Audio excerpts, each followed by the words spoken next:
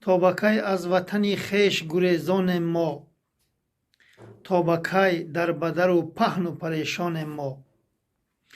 شرم ما باد بر این زندگی بی معنا، تا به کی محروم دیدار عزیزان ما. تا به کی دور ز دیدار جگربندانیم، تا به کی گنگ و زبان کوته نامردانیم. تا به کی برده ترک و تتر و روسانیم، تا به کی ترس به ظلم و ستم رحمانیم. تا به کی در وطن زاده خود ترسانیم، تا به کی خلق جفا دیده خود را رانیم. تا به کی سرخم یک بدین و بی ایمانیم، تا به کی پرچم آزادی به فردا مانیم.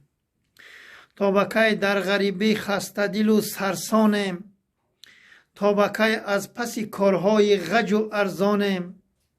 تا به کی زیر شلاق و شطی و فرمانیم، تا به کی در ره نادانی خود درمانیم.